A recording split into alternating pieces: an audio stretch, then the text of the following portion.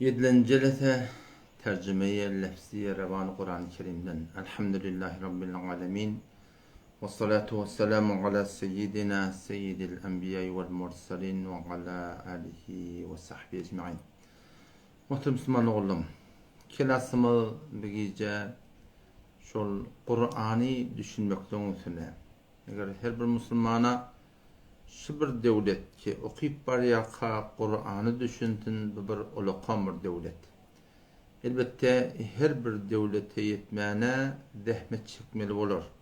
Naburda renci, genç, müyesser, nemişebet, muz, angelef, canı beraber ki kar kar. Zahmetsiz şu dünyada dünyanın bir gelir geçer matatı da hemin tori ele gelenek zahmet çekme oluyor. O dünyanın da matatı şeyle, o dünyanın da tökonüksün olmakta şeyle. O tam Kur'an okuyup baryakan düşünmeklik. Şu bir olaqan bir devlet. Geçenki derslerimizde geçtik. Eğer bir adam tefsiri Kabul'ini aldı. Tefsiri Kabul'i iki form. Bir bak tek cildi var. Olaqan şeyle bir cilddir. Kağıdda qoğurdur. Pakistan'ın çavdırdığına bir cild. Ne kadar böyle yok. Şu tefsiri Kabul'i yani 6 cilt yani. 6 cildi beter avadan tədiltdə də yankı nəşi ehsan şonu bir rengi edip çap etdi. O zaman şol yankı tefsiri Kabulini alıp bilse bir adam ya tefsiri Hamuşi Haravini alıp başardı. Şeki deyen tefsirde bir qavluq var. Qavluq näme her kelimenin aşağında mani fasidi var. Kur'an'ın dalikel kitabu la raybe fih da hudel lil muttaqin ellezine yu'minune bil gayb. اَلَّذ۪ينَ كَسَانِكَ يُؤْمِنُونَ iman daran bil gayb bir çiz hay nadide. İşte kelime ve kelime şu ne ettirler? Mana ediptirler. O zaman şu iki tefsirin hayti birin bir alıp başartak. O zaman şu 5 para Kur'an'a dehmet çekip başartak şey okuyup baryakan düşünmektige inşallah şunun bereketine Kur'an'ın başka yerlerini düşünmektik bir de beter antat olur. Dine umumi sorutunda logatlara soran gerek yakın. Çünkü Allah Teala'nın pak kelamını Allah Teala'nın ödü pent yerini, netihat yerini, destan yerini, mesal yerini antat ediptir. Ulamalar diyor ki şu Kur'an'ın ödüsünde 500 tane ahkam ayet var diye. 6000'den elak ayet diye veriliyor. Şu 500 ayeti ahkamın vurduğunu, halal haramın vurduğunu, talağın vurduğunu, şuna menesvarahım aradan vurduğunu, şuna menesvarahım haydın vurduğunu. Ama baştaki gurunla näme? Baştaki gurunla umum musulmanlaryň rahatçak peýdalanıp biljek gurunu. Ol ahkamat gurun bolanda ol bir agrak gurun bolýar. İçinden hukum çıkarma bolýar.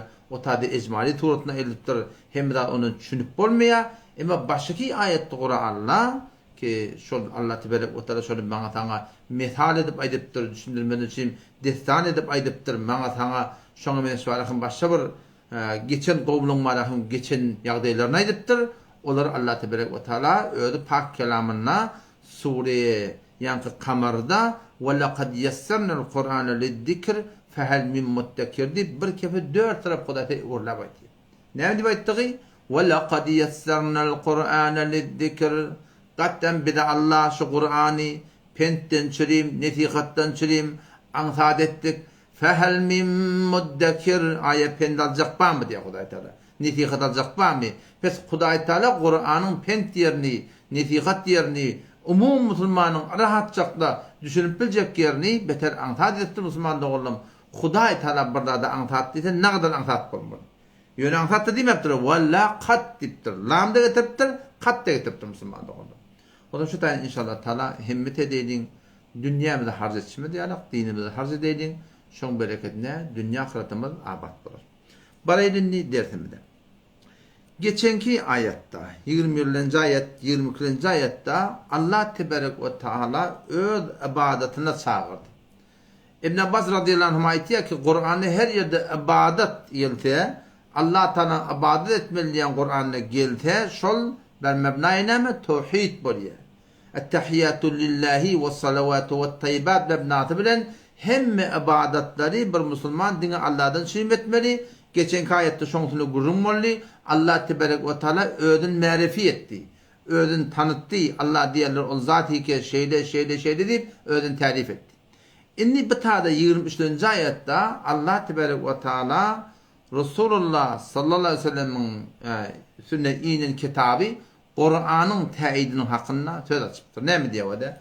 Ve in kuntum fi raybin mimma nazzalna ala abdina fa'tu bi suratin min mitlih وَدُعُوا شُهَدَاءَكُمْ مِنْ دُونِ اللّٰهِ اِنْ كُنْتُمْ صَادِقِينَ Ne mi diye ayetleri?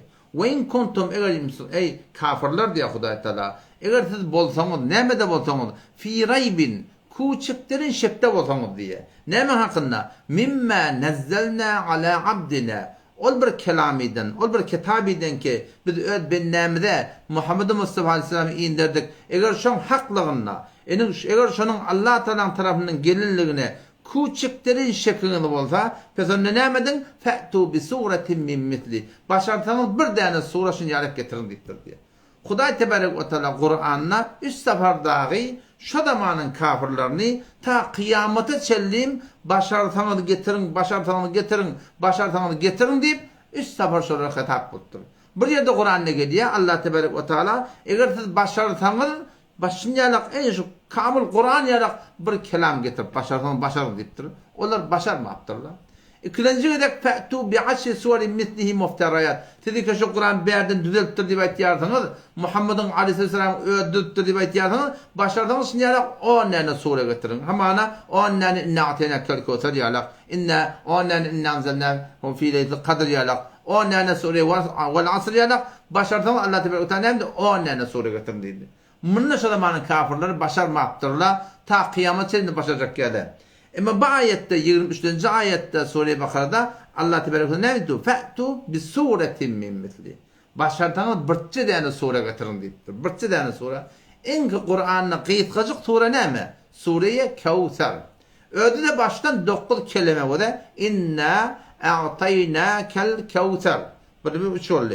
Fesalli li rabbike venhar. 6. İnne şaniyeke huvel abtar. Baştan yak 9 tane kelime bolturun marahim. Bir sureden siz başartanız Allah Teala ne mi dedi? Bir tane sure getirin dedi. Gen almalılar endiştada vardı. Şu biz dilimi Türkmenna şey değil mi? Biz Türkmen dilimi de belet. Ne Türkmenin ödünde muhtelif tiriyle var. Şu marahim sen yomdun öd içinde de Cafer Vay var. Ne şu tordu marahim başta marahim herkele var ya. Yani sana atabay var diye, şuna mesela göklüm var diye. Şimdi öyle arasında gezip yakında birbirinden dili lehçesi fark etti. Kepleyişi fark etti. Şu an keladın biri bize ellev diydi biz anlayası falan yerin adamdı. Türkmenistan'dan bir yerden orada şu Türkmen de oğlamadı. Birbirinden fark etti. Ama şu da bizim dilimizde belirtti da şu zamanın kafirleri de Müslüman da oğlum Arap'la dillerini belirtmiştik şu an. Arap'ta Kur'an, Arabi kelam, şolun dillerini iniptir.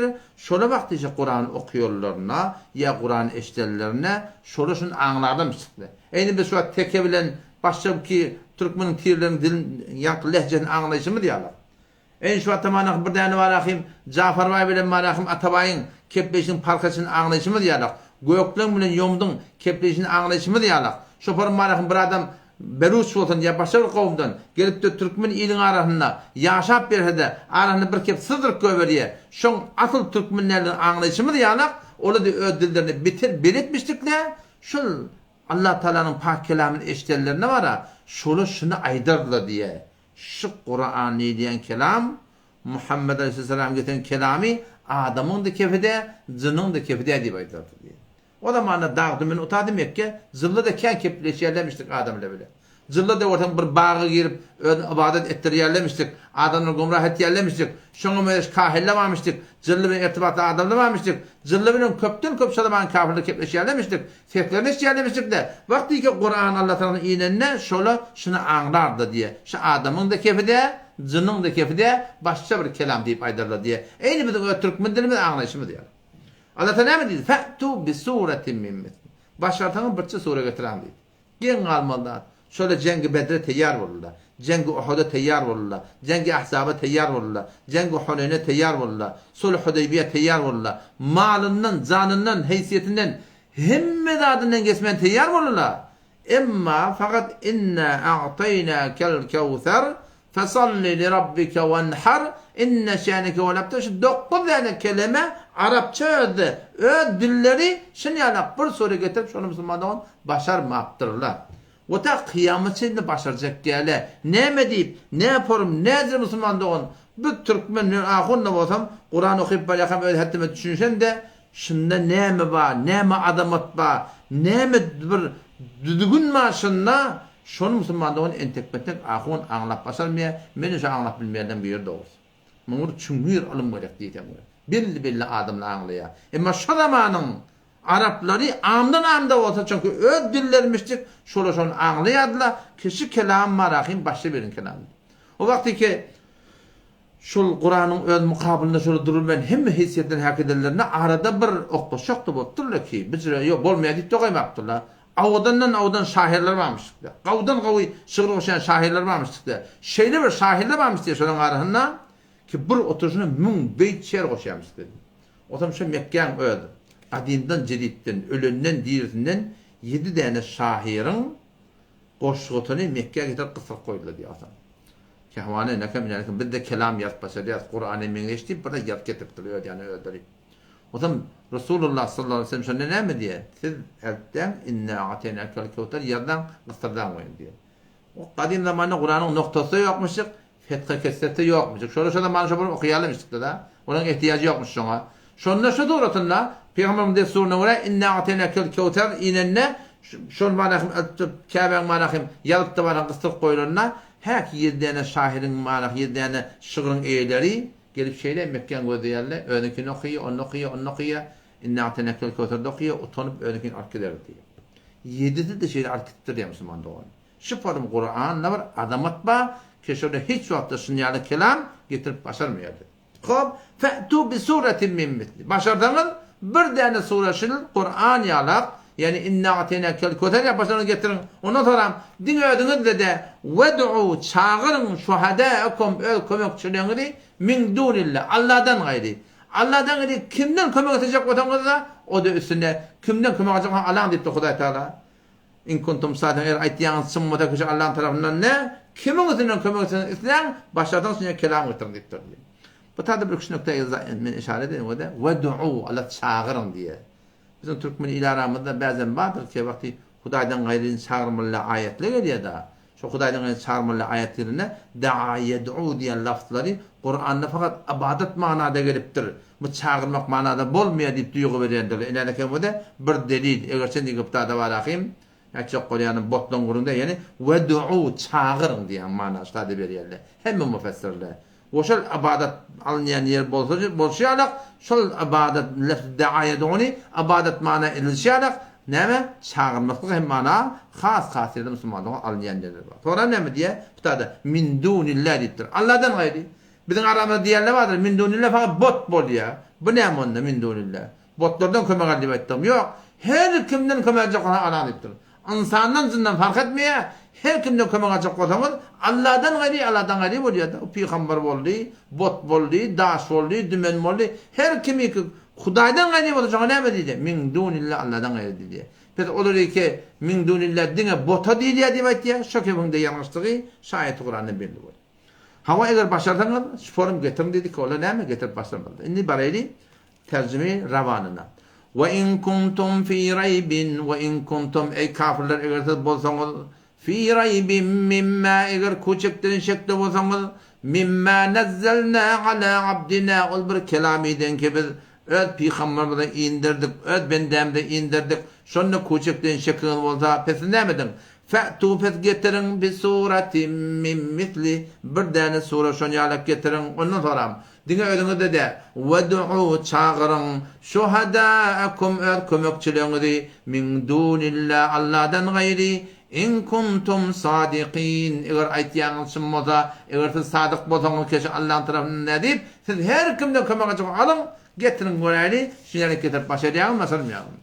Gen almalılar. Buradan birine başarsan eda diyer. Soran da korkar edamasın şula. Gelecekte şu düzamasınlar şula. Yok.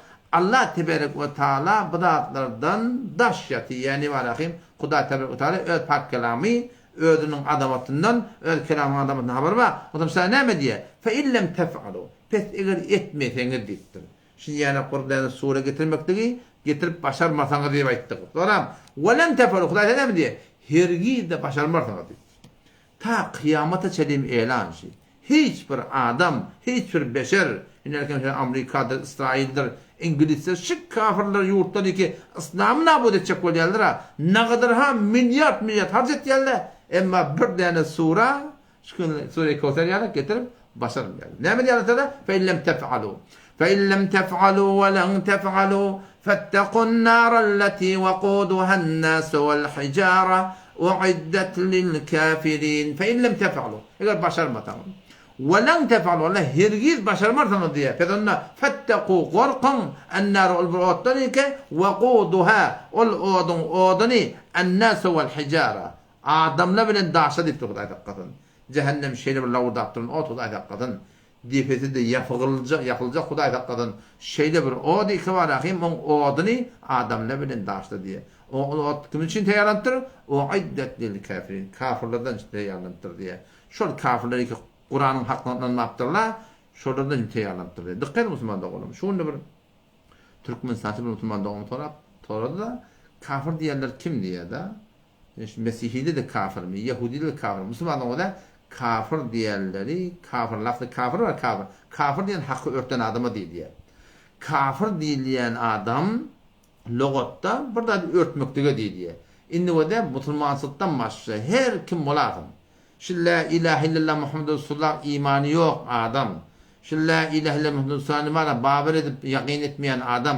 Kur'an'a imanı yok millet. O Yahudi olsun, o Mesihi olsun, o Mecusi olsun, o materyalist olsun, o ateist olsun. Her kim olsun Müslüman doğan.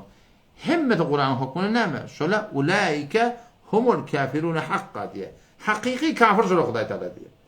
Yani o da şu atamana bir adam var ahim, geliyor Tevrat'ın imanım var diye. İsa Aleyhisselam kabul ettiyen, Musa Aleyhisselam kabul ettiyen, hemme peygamberini kabul ettiyen, diğer bizim peygamberini kabul etmeyen diye aytın. Şunun kafirliğine hiçbir şey yok. Bir adam gelse, la ilahe illallah Muhammed Resulullah diye, namaz hemme de imanım var. Ama İsa Aleyhisselam'ın kabul edemek diye, onun da kafirliğine hiçbir şey yok. Peygamberlerin hemmene iman getirmektir. Feriştelerin hemmene iman getirmektir. Allah Teala'nın öyle iman getirmektir. Şoförün peygamberlerin hemmene iman getirmektir. Kıyametine iman getirmektir.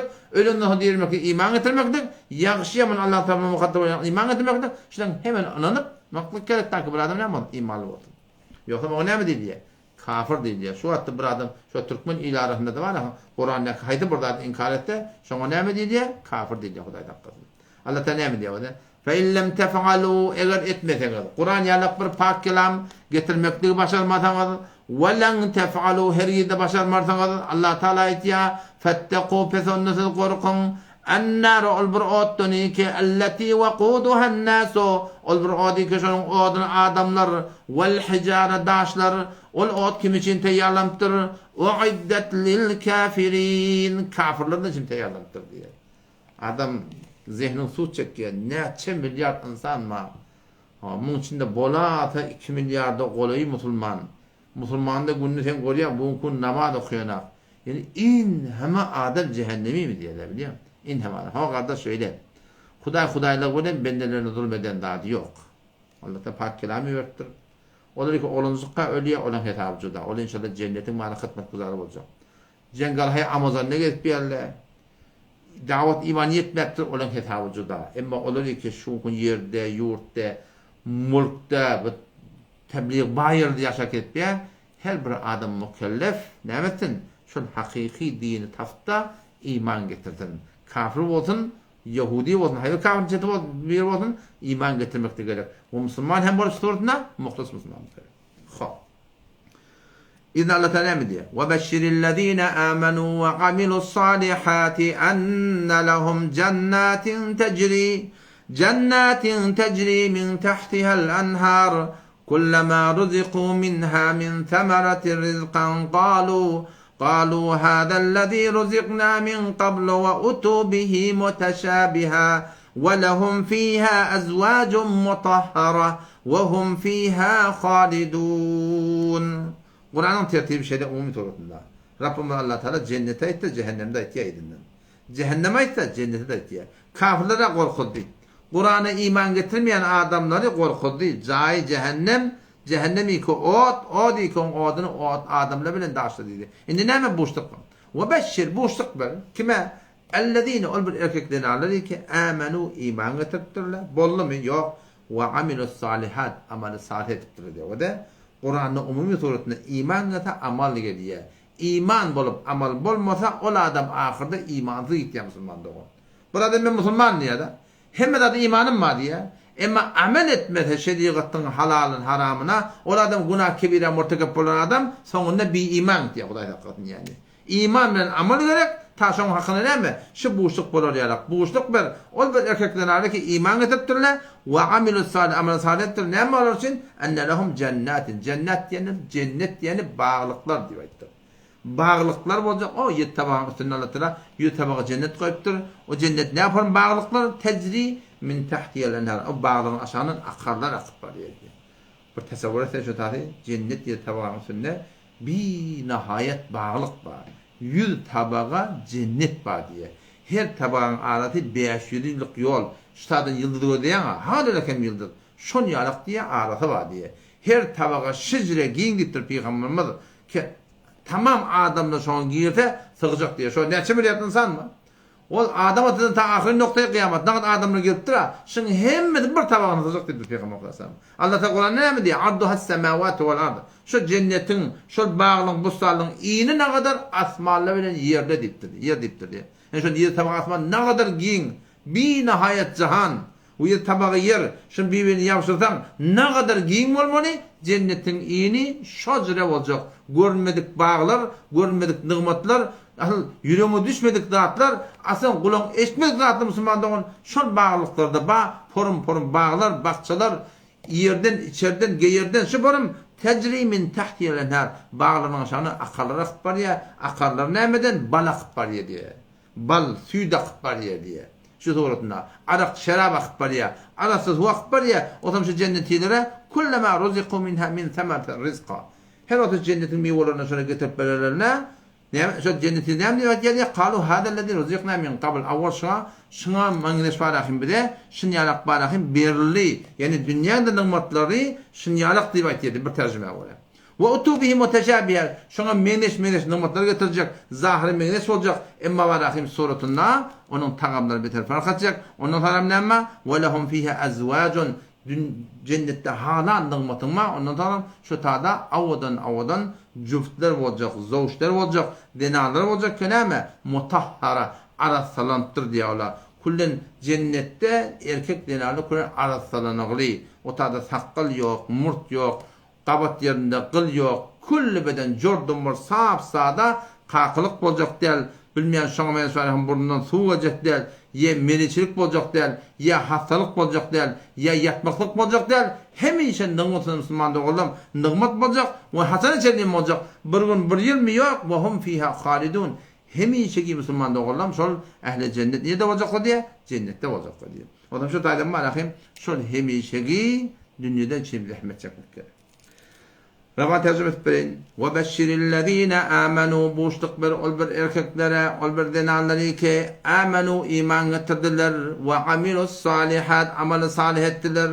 Olur için neme ya Rabbi enne lehum cennetin şolur için bir şey var bağlıkları ki tecri akyağın bağlarının min tahtiha aşağından el enhar akarlar akbar ya kullama ruziku minha min temeratin rizqa kullama hervatike ruziku minha rızk verilse cennetten min temeratin rizqan şol cennetin meyvelerinden xoraktan çirim imadan çirim cennetiler aytacaklar qalu aytacaklar ne diyecekler hadellezî ruzikna min qabl şol bir nimetike evvel bize de dünyada da şiberlipti ve utu bihi muteşabiha mengdeş meyveler suretinde getirecekler ama ne yaparım zahiri dünyanın nimetleri mengdeş olacak ama o tadı tagamları beter fark edecek. Başka ne ama? وَلَهُمْ ف۪يهَا اَزْوَاجٌ şol ehli cennetten çirim, şol cennette zavuşları olacak, denaları olacak ki mutahhara, adasalantır oları Allah Teala pak ediptir. وَهُمْ ف۪يهَا خَالِدُونَ ehli cennet şu cennette hem iyi şekil olacak diye Müslüman da oğlum ne kadar kavalık buluşu tabi biliyor musun? Otan bu tada sorayarlar var. Hop erkek adamlara avadan arasılan zinalara var. O zinalara ne var diye. Zinalara da cennet düşüren da cennette ne mi olsa zinalara ki. Zinalara ne var diye bunun soruları ne mi biliyor musun? Bir erkek adam falanca yani var mı zinalar başladı ya. Hop zinalara ne var diye bunun soruları şunu söylüyor. Ki bir zinana neçedene adam tolup başladı ya. Dikkat edin Müslüman cennet Huday Taala'nın razı yeri. Cennet Huday Taala öz rızayetini beriyen yeri. Allah Tebarek ve Taala zinanın tabiatını şu dünyada da şeydi. İmalı zinanın tabiatını şu dünyada o dünyadaki cenneti bollarına Allah da şun tabiatını bir form edip yaratıyor. Ki şöyle dinge bir adama hoş. İki adama hoş değil. Bir gevunu var, şu bir gevunu bir adama verelim diye. O baştaki yerden, içerden, geyerden, minerden ne men nığmat bolsa barabar erkekle bilen ba, emma şu boğatta, şu gurruguyla kalanına cennetin denanaları dinge şu adam sana hoş diye. Eyni şu dünyada da cenneti denanalı şeyle Müslüman da oğlum. Şu dünyada imanlı denanalı şeyle onu bunu görecek olup baranak. Onun bunu var ahim bunu teretçek olup batanak. Bir keneme hoş, öz adam bilen hoş. Öz var ahim, şol teoriyalar bilen hoş. Beyli bir zatlar olan yanına ağzalsa da o zatlar olan yüreğinin yiglenin adı Müslüman da oğlum. O tadı da şeyde olacak. Horam Allah Tebarek ve Teala hangulayan dersimizde havada bir medenine bol da beter uzaklaştırmaylı ki kıykarak bulun. İnşallah şu formda övüdür. İndiki ayette 26. ayetten beyler Rabbimiz Allah Tebarek ve Teala şibinden gurrun getirip şibini Huday Teala misal. Kur'an'da ne kadar misallar var. Sığırın gurrunma, şoňa mene müýün gurrunma, şoňa mene şwarakim garşan gurrunma, şoňa mene şwarakim taýda şibinin gurrunma. Oşa da mana kafirleri näme diýipdiler? Allah'ın kelamı bu zatları misal bolmaly diýen hawly öýden öňe. Häki ýaltagyda arpa çörek bahana diýe bilýän.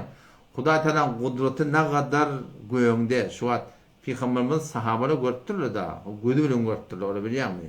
Peygamberin elinin ardına tuvakanı var, tuvaltdır. Ola şonu görüptürler. Ferişlerin iğneni görüptürler. Ayın bölüneni görüptürler. Şonu menes var, bağın yürük gediyeni görüptürler. Onun imanlar kemale yetiptir, kamil. Şonu mucize görüptürler. Bir de yönü mucize görüptürler. Bu şunun aklı edip oylan iman ettirir Müslüman doğru. Ama burada yapma, şu aklın bunun oylanında var ha. Huday Teala'nın hem bir nığmatları, ola kamil mucize Müslüman doğru. Mucize mutarife onu girmeyecek olayan. Huday Teala şu her bir yer mucize diyorlar ne? Moda akıllan goýuňda burada. Adatta bolup durýanlardan goýuňda burada diýip aýtdyk. Şu elem jahannem bolup durýanlardan bara hiç bir gaýty akly görýärde, akıllan goýuňda. Sadece bir näme bulut. Şu buldu görýärmi? Ýeňiljek bulut. Uçup gitmeli aşy goýma. Gidena yer bir asman garana jeýle aýnap getdi. Akıl şuna näme diýe? Elim gediye tawjih etdiýär, galbyla beýdipdir, cazibe zeminlikdir, burada tiptir. Allah Teala her yaradan akıllan goýandy Müslüman doğan. Bağdan mewe görýär. Qara ağaç. Şimdi var hiç satı yok. Hiç satı yok. Porun mewe çykýar. Huday Teala her yaradan akıllan goýandy Müslüman doğan. Onun şudadan şu Allah Teala'ya ýagyn etmek gerek. Oturup önüne dua etmek gerek. Allahümme nes'eluke imanen sadika ve yaqinen halisa. Ya Allah men sana senden doğru imandır yani. Halis yaqin diyen ya Rabbi Allah dip ödünü yalvarmaklık, ödünü sığınmaklık hem bir adamın şol Huday Teala'nın elinde hem bir adamdan beter adam Huday'a görmeli. O ne dip? Çünkü nığmatda şonunla. Şu atana bir don verse ne kadar hoş bolýar. Bir tane mobil verse, bir tane maşine verse, bir tane motor verse ne kadar hoş bolýar. Müslüman doğan hem bir nığmata şoň elinde canymın da şoň elinde. Öljek geldik şu bir öldürecek diýip ne kadar korkardy bolýar. Bir öldürecek diýip bıçak sene ne kadar korkardın. Gözüňe dönen näme alsan al, öýden kowasyň, yer ýurtdan kowasyň. Kardeş, hemme adamy şoňa. Şoňadan hemme adamdan beter awwal ahir Allah'ın rızaatını odaýly. Hemme adamdan beter şoňa umyt bagdaýly, we hemme adamdan beter şondan gorkudaýly. Şol etse bolar, şol etmede bolmar. Taňrysyz ýerek başy gymylan Müslüman dogdy. Allah taala kabul etsin inşallah. Assalamu aleykum ve rahmetullahi ve berekatuhu.